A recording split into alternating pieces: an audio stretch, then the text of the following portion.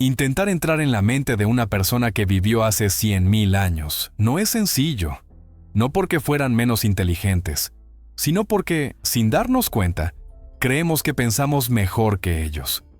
Vivimos en un mundo radicalmente distinto. Nuestro presente se reinventa cada pocos años. Nuevas tecnologías, nuevas crisis, nuevas ideas, nuevas reglas. El cambio constante es tan normal para nosotros que lo confundimos con la naturaleza humana, y ese error distorsiona profundamente cómo entendemos quiénes somos. Pero ese ritmo vertiginoso es una anomalía. Durante la mayor parte de la historia de nuestra especie, la vida cambió muy poco. Las personas vivían de forma muy similar a como lo habían hecho sus padres y sus abuelos. Las herramientas eran casi las mismas, los paisajes, los mismos, los peligros también. La innovación no explotaba, se deslizaba lentamente, como arena empujada por el viento, casi imperceptible. A veces, una idea tardaba generaciones en consolidarse, y aún así, funcionaba. Y aquí aparece la primera intuición clave. La estabilidad no significa estancamiento, y aún así, o quizás por eso, esas personas no eran primitivas, eran extraordinariamente competentes. De hecho, hay una verdad incómoda que rara vez se dice. Si dejaras a un humano moderno solo en la edad de piedra, nuestra supuesta brillantez duraría muy poco. Sabríamos hablar, sabríamos pensar en abstracto, pero no sabríamos sobrevivir. Las personas que vivían hace 100.000 años no solo sobrevivieron en un mundo brutal, lo entendieron, pensaron dentro de él y lo hicieron funcionar. Imagina por un momento una noche africana. No hay ciudades, no hay mapas, oscuridad total, el cielo sin contaminación lumínica, sonidos que no reconoces, crujidos, rugidos lejanos, movimientos en la maleza, depredadores más allá del alcance de la vista. En el centro, un pequeño círculo de luz, un fuego, personas sentadas alrededor, cuerpos cansados, ojos atentos. Alguien empieza a hablar y los demás escuchan, no por entretenimiento, sino porque escuchar puede significar vivir un día más. Hoy, gracias a la arqueología, la antropología y la ciencia cognitiva, podemos empezar a reconstruir algo casi imposible: su mundo interior. Así que la pregunta no es si eran inteligentes. La pregunta real, la que atraviesa toda esta historia, es otra. ¿En qué pensaban y cuánto de eso sigue vivo en nosotros? El cerebro que piensa. Y aquí hay algo crucial desde el inicio. El cerebro que pensaba hace 100.000 años no es un borrador del nuestro. Es la misma mente, funcionando en otro mundo.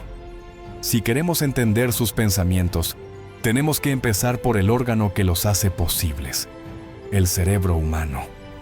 Este órgano no apareció de golpe, no fue un accidente. Se construyó capa por capa durante millones de años, bajo presión constante. Hace unos 6 millones de años, nuestros ancestros caminaban entre bosques y sabanas. Sus cerebros eran algo más pequeños que los de un chimpancé moderno. Pero algo estaba cambiando. Empezaron a caminar erguidos. Eso no hizo el cerebro más grande de inmediato, pero sí lo volvió más exigente. Mantener el equilibrio sobre 2 piernas. Coordinar manos libres para manipular objetos. Ver más lejos. Anticipar peligros.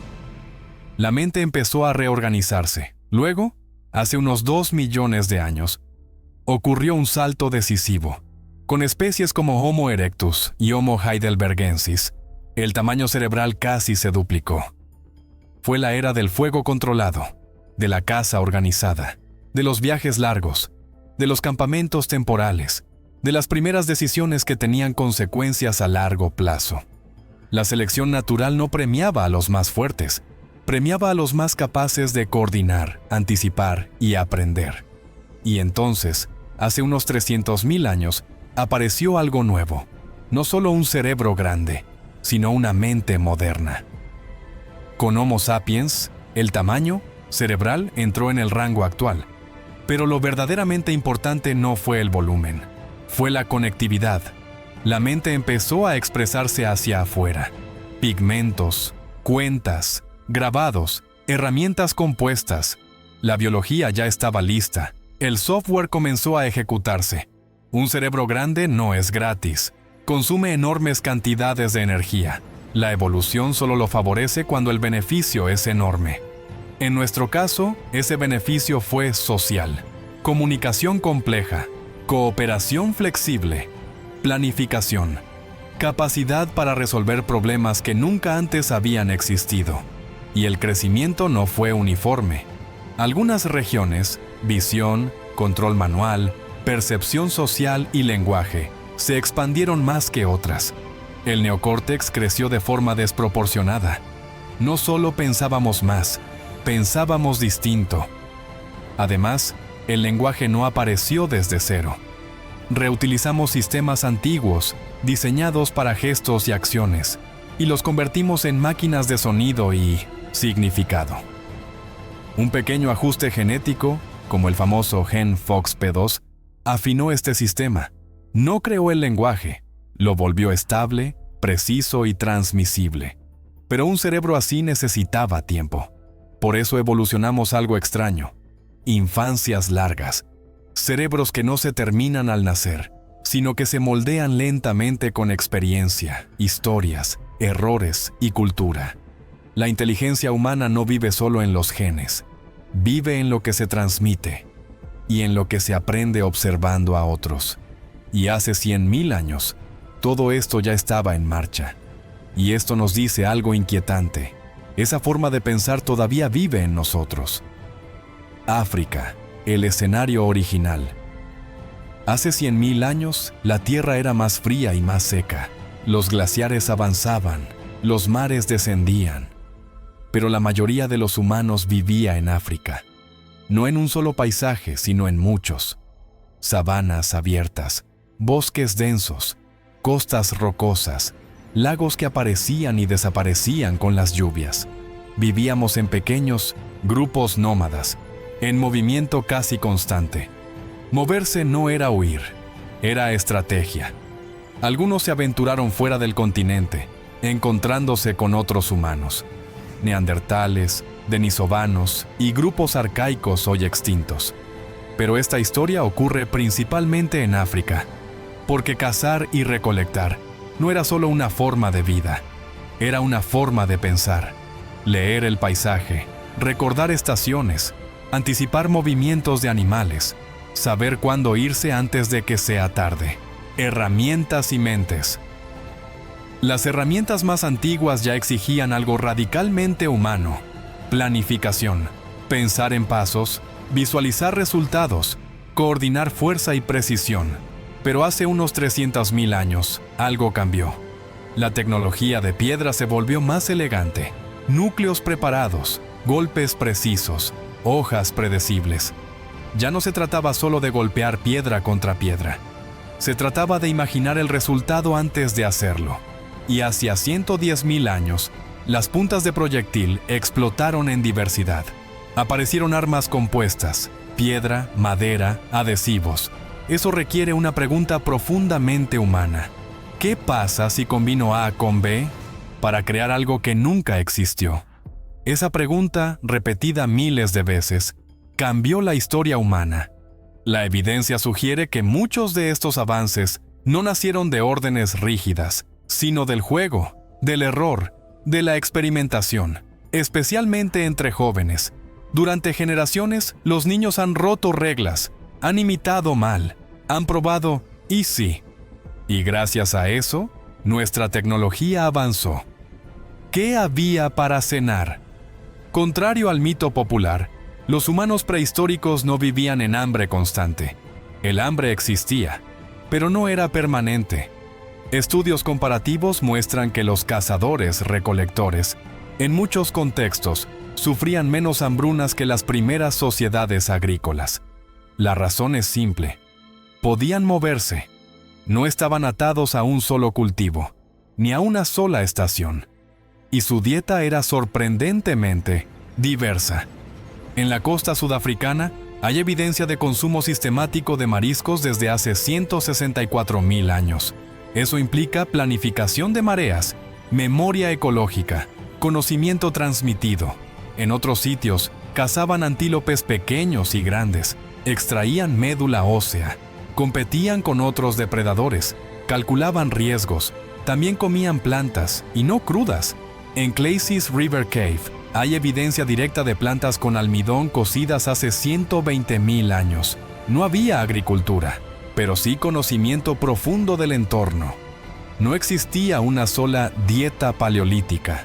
Eso es un mito moderno. Existían muchas soluciones inteligentes: fuego, historias y hogar.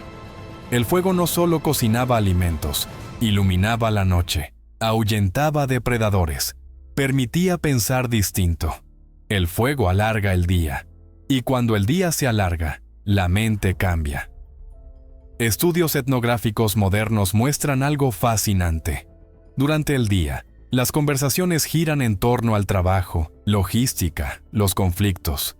Pero por la noche, alrededor del fuego, aparecen las historias. El fuego creó un nuevo espacio mental. En la oscuridad africana, ese círculo de luz era seguridad, identidad y sentido. Un centro del mundo, un axis mundi primitivo. El hogar no era un lugar fijo, era donde ardía el fuego, muerte, símbolos y espíritu. Hace unos 100.000 años, empezamos a enterrar a nuestros muertos de forma intencional, con ocre, con objetos, con cuidado. Eso no prueba una religión formal, pero sí prueba algo profundo. El mundo tenía significado. Cuentas perforadas, pigmentos rojos, símbolos compartidos. Todo apunta a una mente que pensaba más allá de la supervivencia inmediata. Probablemente, su mundo era animista. Animales, ríos, piedras y estrellas no eran cosas, eran presencias. Y esa visión, lejos de ser primitiva, sigue viva hoy en muchas culturas. Lo que realmente pensaban los humanos de hace 100.000 años no eran versiones incompletas de nosotros. Eran nosotros. Pensaban en comida, en riesgo, en familia, pero también en historias, en símbolos, en pertenencia. La mente humana ya era compleja, imaginativa y profundamente social. Hemos cambiado el mundo muchas veces desde entonces, pero no hemos cambiado lo esencial. Seguimos siendo Homo sapiens, un animal que piensa, que coopera, que imagina, alrededor del fuego. Si quieres seguir explorando este tipo de preguntas con evidencia y asombro sobrio, suscríbete a Terra Ancestral, porque entender nuestra historia evolutiva es entendernos a nosotros mismos.